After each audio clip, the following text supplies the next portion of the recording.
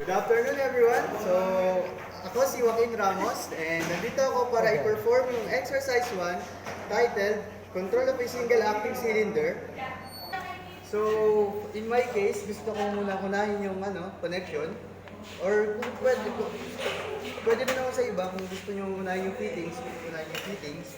So, from power supply, 24 volts, then positive, tapos positive.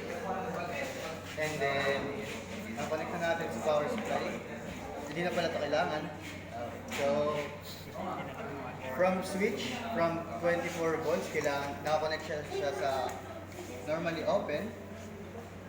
Then, si normally open, kailangan nakakonect sa solenoid.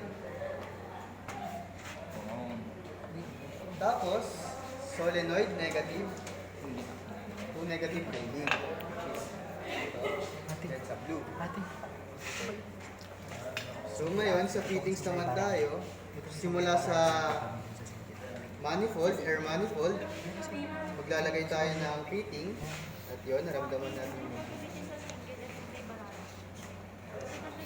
and meron po tayong dalawang valve dito, which is ito yung 5-2-way, ito naman yung 3-2-way. And sa number 1, which is yung 3-2-way para sa single acting.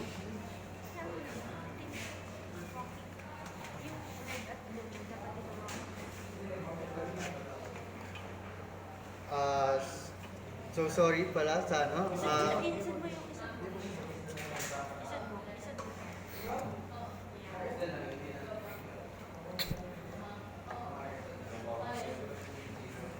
and then from fitting sa inlet, which is yung 2, kakabit natin siya sa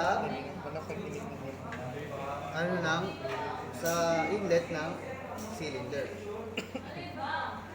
So ngayon, na-complete na natin yung buong wire. So if we turn on the air service unit, ayun, may narinig tayong push sound. So pag pinindot natin si push button, which is pa-power up po natin yung supply. So pag pinindot dapat natin si button, ayun, nagawa natin yung problem.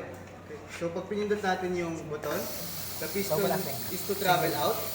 At pag nirelease natin yung button, the cylinder is to return to its final relay position. So yun, at nakompleto natin yung exercise 1. Yeah.